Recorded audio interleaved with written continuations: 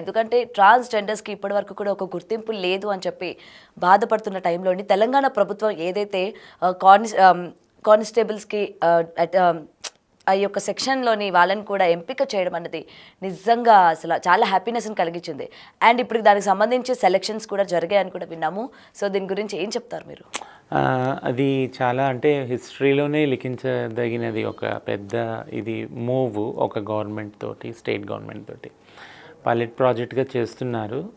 But అంటే ఇది ఎప్పుడూ అనుకోలేదు. అంటే ఇంత తొందరగా ఇంత మార్పు ఉద్యోగాలకు సంబంధించి ఇది మా కమ్యూనిటీకి వస్తుందని అనుకోలేదు. దీని వెనక చాలా కృషి చేసాం. 2014 నుంచి కూడా నాల్సా జడ్జిమెంట్ ఎప్పుడైతే సుప్రీంకోర్టు వచ్చిందో అప్పటి నుంచి పని చేసుకుంటూ వచ్చాము. Almost 10 years. 10 ఇయర్స్ తర్వాత like today we can see this like in Telangana. And ఈ న్యూస్ వచ్చిన తర్వాత చాలామంది ఏంటంటే ట్రాన్స్‌జెండర్స్ జెన్యూనిటీ ఉన్న వాళ్ళు ఎవరైతే ఉంటారో వాళ్ళకి ఈ ఉద్యోగాలు రావాలి. ఎందుకంటే ఫేక్ ట్రాన్స్‌జెండర్స్ ఎంతమంది ఈరోజు బయట కనిపిస్తున్నారో మనం చూస్తూ ఉన్నాం.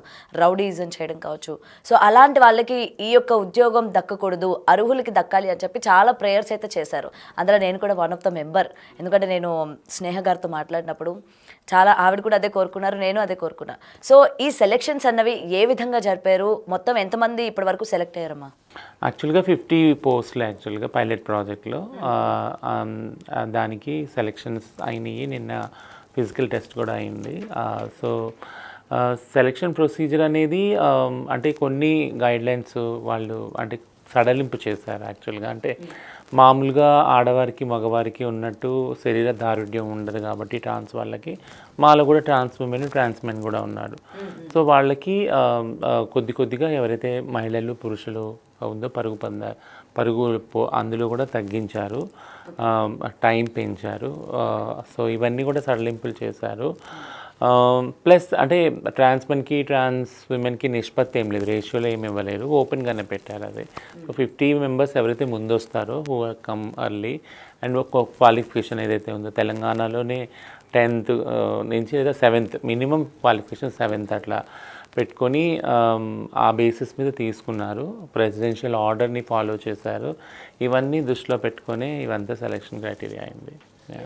సో నిజంగా ఇది ఒక హ్యాపీ మూమెంట్ అని చెప్పుకోవాలి. ఇక రేపు పొద్దున్న నుంచి మొత్తం ట్రాఫిక్ సిగ్నల్స్ దగ్గర ఏదైతే డబ్బుల కోసం భిక్షాటన చేసుకునే మీరు, అదే ట్రాఫిక్ సిగ్నల్స్ దగ్గర ఇవాళ అందరూ కూడా సాల్యూట్ చేసే విధంగా ఆ యొక్క డ్రెస్లోని మీరు కనిపించడం అనేది నిజంగా చాలా హ్యాపీనెస్ని కలిగిస్తుంది. అవును, 2 విధాలుగా ఇది చూస్తున్నాం. ఒకటేమో ప్రైడ్ ఫీలింగ్, అది ఒకటి. అంటే ఎక్కడైతే వాళ్ళు అంటే అదే మీరు అన్నట్టు భిక్షాటన ఏదైతే చేశారో అక్కడ పోలీస్ డ్రెస్ వేసుకొని వాళ్ళు ఉంటారు, ట్రాఫిక్ వాలంటీర్స్ ఒకటి.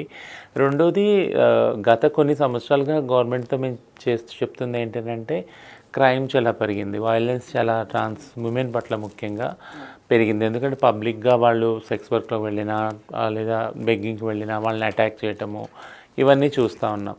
సో అది కూడా ఒక అందులో కూడా ఒక మార్పు వస్తుంది, వైలెన్స్ కూడా తగ్గుతుంది. ఎందుకంటే now they are into the department అయినప్పుడు ఆ సేఫ్టీ సెక్యూరిటీ అన్నది ఎవరైనా వెంటనే అలాంటి ఏదైనా వైలెన్స్ చేయాలన్నా కూడా ఆలోచిస్తారు 1-2 సార్లు. So it self become a safety thing for them. Right అమ్మా. అంటే ఇప్పుడు మీరు ఏదైతే వైలెన్స్ అది చెప్తూ ఉన్నారో నిజంగా ఈ మధ్యకాలంలోని ప్రజల్లోని ఈ వైలెన్స్ అంటే ఎక్కువ శాతం పెరిగిపోయింది. అటు ట్రాన్స్జెండర్స్ పైన కూడా దాడులు ఏమాత్రం కూడా తగ్గట్లా. గతంలో మనం చూసుకుంటే షీలాకి సంబంధించి కూడా మీరందరూ కూడా చాలా వరకు ప్రొటెస్ట్ చేశారు, మాకు న్యాయం జరగాలి, ఎందుకంటే ఇట్లా గ్యాంగ్ రేపు మీ పైన కూడా చేసి హత్య చేసి చంపేస్తూ ఉన్నారు.